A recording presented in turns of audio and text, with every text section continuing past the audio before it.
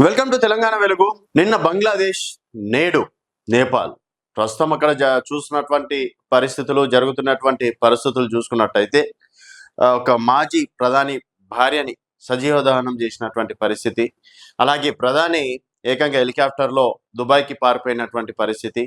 So అక్కడ మంత్రులు, కేంద్ర మంత్రులు, ప్రధానిలు అని చెప్పేసి లెక్క చేయకుండా ఎక్కడికక్కడ నివాస గృహాలలోకి వెళ్ళి దాడి చేయడం అనేది కూడా జరుగుతుంది. సో దీనికి గల కారణం ఏంటంటే నేపాల్లో ఎందుకు ఈ పరిస్థితి వచ్చింది అన్న దానిపైన చూసుకున్నట్టయితే మొన్న బంగ్లాదేశ్లో కూడా ఏదైతే బంగ్లాదేశ్లో యువత పైన కొన్ని వ్యాఖ్యలు చేయడం కావచ్చు, కొన్ని విధాలుగా యువతని ఏదో ఒక స్కీమ్ విషయంలో ఇట్లాంటి విషయంలో బంగ్లాదేశ్లో జరిగినటువంటి కొన్ని కారణాల వల్ల ఏకంగా ప్రస్తుతం అక్కడ మాజీ ప్రధాని ఇండియాలో తలదాచుకున్నటువంటి పరిస్థితి.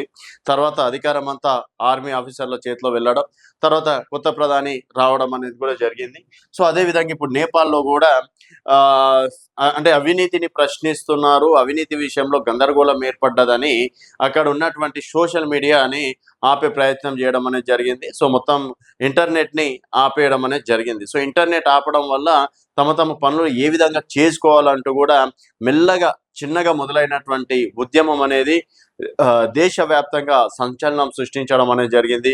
సో ఆస్తులు ధ్వంసమైనవి, దాదాపుగా పోలీసులు ఆర్మీ కాల్పుల్లో దాదాపు 30-40 మంది మరణించడం అనేది కూడా జరిగింది.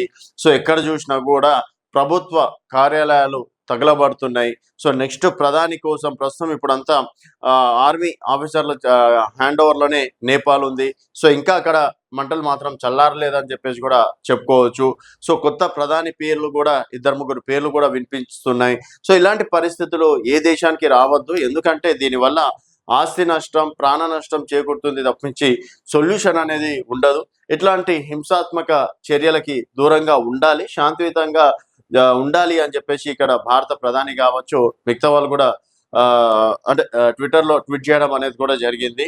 సో దీనివల్ల అంటే ఎక్కడ జరుగుతున్నాయి లోపాలంటే ఒక కొన్ని దేశాలు చిన్న చిన్న దేశాలను టార్గెట్ చేయడం, తర్వాత వాళ్ళకు నచ్చినటువంటి పర్సన్ అక్కడ ఉంచడానికి ఇదంతా వెనుక అసాంఘిక శక్తులు చొరబడి ఈ విధంగా చేస్తున్నారన్నట్టు కూడా పెద్ద ఎత్తున వస్తున్నాయి. కొంతమంది ఏమో ట్రంప్ ఉన్నాడని, కొంతమంది ఇంకో దేశం ఉందని చెప్పేసి కూడా చెప్పడం అనేది జరుగుతుంది. సో వాళ్ళకి సంబంధించినటువంటి వ్యక్తి అక్కడ ప్రధాని స్థానంలో కూర్చుంటే తర్వాత తను చెప్పినట్టు ఇక్కడ వింటాడని చెప్పేసి ఒక విధంగా ఇలాంటి హింసాత్మకంగా చర్యలకి ఇతర నాయకులు ప్రేరేపిస్తున్నారని చెప్పేసి కూడా చెప్పుకోవచ్చు.